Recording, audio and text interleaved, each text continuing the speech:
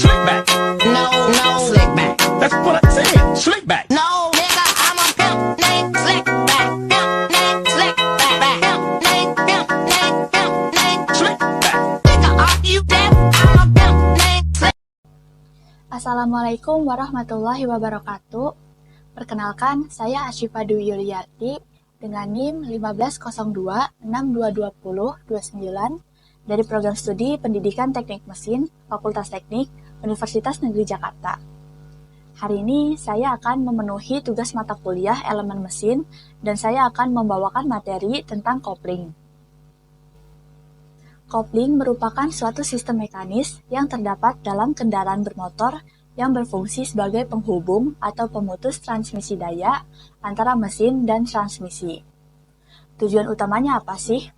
Tujuan utamanya adalah untuk memberikan kemampuan kepada pengemudi untuk melakukan perubahan gigi atau berhenti tanpa mematikan mesin.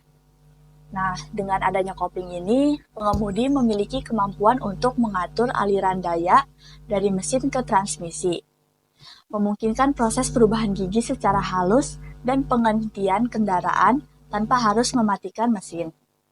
Fungsi tersebut memegang peranan yang sangat penting, terutama dalam konteks kendaraan bermesin manual. Selanjutnya adalah jenis-jenis kopling dalam kendaraan bermotor. Beberapa variasi kopling yang umumnya diterapkan dalam domain kendaraan bermotor menampilkan sejumlah ciri khas dan penerapan yang unik.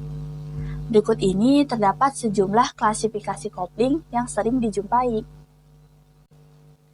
Yang pertama ada kopling gesek atau friction clutch.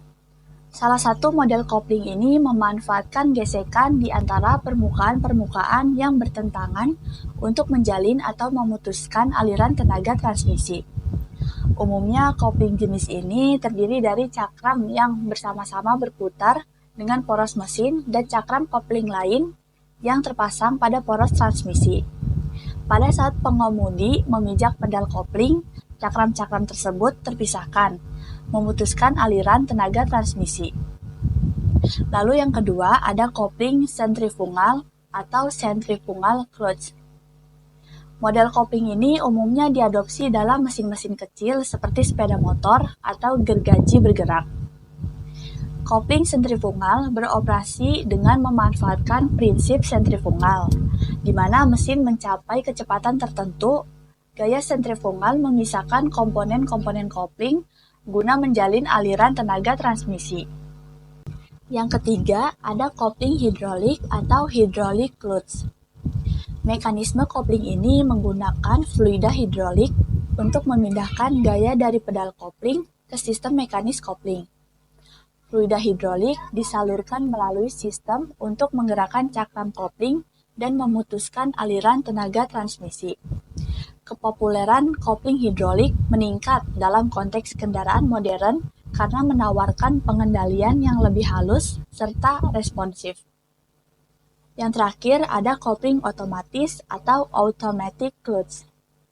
Jenis kopling ini biasanya ditemukan pada kendaraan otomatis, di mana sistem kopling bekerja secara otomatis mengatur jalinan atau pemutusan aliran tenaga transmisi berdasarkan kondisi mesin dan percepatan kendaraan. Kopling otomatis terdapat mengadopsi sistem hidrolik ataupun elektronik untuk mengatur operasinya. Nah, setiap variasi kopling menampilkan sejumlah keunggulan dan kelemahan, serta aplikasi yang spesifik. Pemilihan model kopling yang tepat sangatlah bergantung pada keperluan dan spesifikasi kendaraan yang bersangkutan. Yang selanjutnya adalah prinsip kerja kopling. Prinsip dasar yang mendasari operasi kopling adalah untuk mengatur aliran daya antara mesin dan transmisi suatu kendaraan. Memungkinkan pengemudi untuk mengganti gigi atau menghentikan kendaraan tanpa mematikan mesin.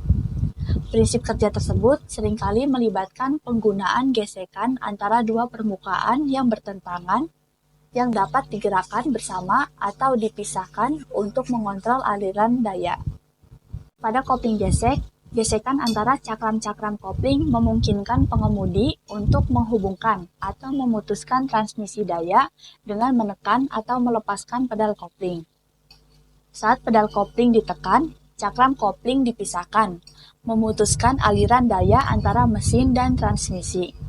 Saat pedal dilepaskan, cakram-cakram tersebut kembali bersentuhan, menghubungkan kembali transmisi daya.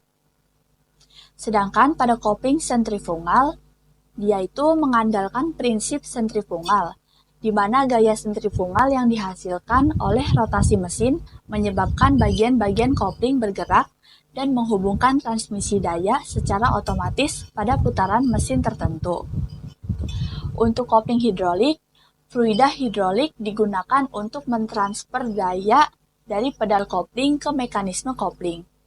Tekanan fluida hidrolik ini digunakan untuk memisahkan atau menghubungkan cakram kopling, mengontrol aliran daya mesin dan transmisi. Sementara itu, kopling otomatis menggunakan sistem otomatisasi untuk mengatur kopling, baik dengan menggunakan sensor elektronik atau sistem hidrolik untuk mendeteksi kecepatan mesin dan percepatan kendaraan guna mengatur transmisi secara otomatis. Pemahaman yang mendalam tentang prinsip kerja kopling ini sangat penting untuk memastikan operasi transmisi yang lancar dan efisien. Dengan pemahaman ini, pengemudi dapat mengoperasikan kendaraan dengan lebih aman dan nyaman. Lalu ada peran sistem kopling dalam efisiensi penggunaan bahan bakar. Peran sistem kopling dalam meningkatkan efisiensi penggunaan bahan bakar pada kendaraan bermotor merupakan aspek yang sangat penting untuk diperhatikan. Berbagai kontribusi yang diberikan oleh sistem kopling terhadap efisiensi bahan bakar dapat diuraikan sebagai berikut. Yang pertama, pengaturan transmisi yang optimal. Dengan memanfaatkan kopling, pengemudi memiliki kemampuan untuk mengendalikan distribusi tenaga dari mesin ke transmisi dengan lebih efektif. Dalam konteks kendaraan bertransmisi manual, pemanfaatan kopling memungkinkan pengemudi untuk memilih gigi yang sesuai dengan kecepatan dan beban mesin, sehingga memungkinkan mesin untuk beroperasi pada tingkat efisiensi yang optimal. Lalu yang kedua, penggunaan gesekan yang tidak diperlukan. Sistem kopling memungkinkan pemutusan sementara aliran tenaga antara mesin dan transmisi saat kendaraan sedang dalam kondisi berhenti atau diam. Proses ini mengurangi gesekan yang tidak diperlukan di antara komponen-komponen dalam transmisi, dan pada gilirannya dapat mengurangi pemborosan bahan bakar. Yang ketiga, penerapan sistem kopling otomatis. Sistem kopling otomatis yang secara otomatis mengatur koneksi atau pemutusan aliran tenaga berdasarkan kondisi mesin dan kecepatan kendaraan bertujuan untuk mengurangi pemborosan bahan bakar yang disebabkan oleh perpindahan gigi yang tidak optimal atau terlambat. Lalu yang keempat, pelaksanaan perpindahan gigi yang presisi. Dalam kendaraan bertransmisi manual, penggunaan sistem kopling memungkinkan pengemudi untuk melakukan perpindahan gigi dengan tepat waktu dan halus, yang membantu dalam menjaga mesin beroperasi pada kisaran putaran yang paling efisien. Secara keseluruhan, dampak yang signifikan dari sistem kopling terhadap efisiensi penggunaan bahan bakar pada kendaraan bermotor adalah peningkatan kontrol atas transmisi dan pengurangan. Selanjutnya, perkembangan teknologi dalam sistem kopling. Perkembangan teknologi dalam domain sistem kopling telah menginspirasi beragam inovasi yang bertujuan meningkatkan performa, efisiensi, dan kesenangan pengendara. Berikut adalah beberapa kemajuan teknologi yang mencolok dalam sistem kopling. Yang pertama, ada evolusi kopling otomatis. Inovasi yang menonjol adalah adopsi kopling otomatis yang mereduksi kebutuhan pengendara untuk secara manual mengoperasikan pedal kopling. Sistem ini memanfaatkan sensor elektronik atau hidrolik untuk mengenali perubahan kecepatan mesin dan kendaraan, dan secara otomatis mengelola perpindahan gigi tanpa campur tangan pengemudi. Kopling otomatis telah meningkatkan kenyamanan dan keamanan pengendara, terutama dalam situasi lalu lintas yang padat. Yang kedua, kemajuan teknologi hidrolik. Pengembangan teknologi hidrolik dalam sistem kopling terus mengalami kemajuan dengan memanfaatkan sensor dan sistem kontrol elektronik yang lebih canggih. Ini memungkinkan respon yang lebih cepat dan akurat dalam operasi kopling, menghasilkan perpindahan gigi yang lebih halus dan efisien. Yang ketiga, inovasi kopling elektromagnetik. Sejalan dengan perkembangan dalam bidang elektronika dan kontrol, kopling elektromagnetik telah muncul sebagai alternatif yang menarik dalam beberapa aplikasi. Kopling ini menggantikan fungsi gesekan mekanis dengan kontrol elektromagnetik, memungkinkan perpindahan gigi yang lebih cepat tanpa gesekan mekanis yang berpotensi mengurangi efisiensi. Yang keempat, perkembangan kopling sentrifugal. Kopling sentrifugal juga mengalami peningkatan dengan penggunaan material yang lebih ringan dan kuat serta desain yang dioptimalkan untuk meningkatkan respon dan efisiensi. Kopling sentrifugal yang ditingkatkan berperan dalam meningkatkan performa kendaraan, khususnya dalam situasi di mana respon cepat diperlukan, seperti dalam arena balap sepeda motor. Lalu yang terakhir, integrasi dengan sistem kendaraan yang lebih komprehensif. Teknologi kopling semakin terintegrasi dengan beragam sistem kendaraan, termasuk sistem manajemen mesin, transmisi otomatis, dan kontrol stabilitas. Integrasi ini memungkinkan penyesuaian yang lebih dinamis dan adaptif terhadap kondisi jalan raya saat berkendara, sehingga meningkatkan efisiensi dan kerja keseluruhan kendaraan. Selanjutnya adalah tantangan dalam perancangan dan pengembangan sistem kopling modern. Pengembangan sistem kopling modern menghadapi beragam tantangan teknis dan praktis yang memerlukan solusi terperinci guna mencapai kinerja optimal dan memenuhi kebutuhan pengguna. Berikut adalah beberapa tantangan yang umum dihadapi dalam proses perancangan dan pengembangan sistem kopling modern. Yang pertama, integrasi dengan sistem kendaraan yang kompleks. Kendaraan masa kini seringkali terintegrasi dengan beragam sistem elektronik dan mekanik yang kompleks, termasuk sistem manajemen mesin, transmisi otomatis, dan kontrol stabilitas. Tantangan utama dalam perancangan sistem kopling adalah mengintegrasikannya dengan sistem lain secara strategis untuk mencapai kinerja yang optimal dan responsif. Yang kedua, optimasi, efisiensi, dan kinerja. Pengembangan sistem kopling modern ditunjukkan untuk meningkatkan efisiensi operasional dan kinerja, termasuk respon, keandalan, dan daya tahan. Hal ini mencangkup pemilihan material yang lebih ringan dan kuat, perancangan yang dioptimalkan, dan penerapan teknologi mutakhir guna mengurangi kerugian daya serta meningkatkan transfer tenaga.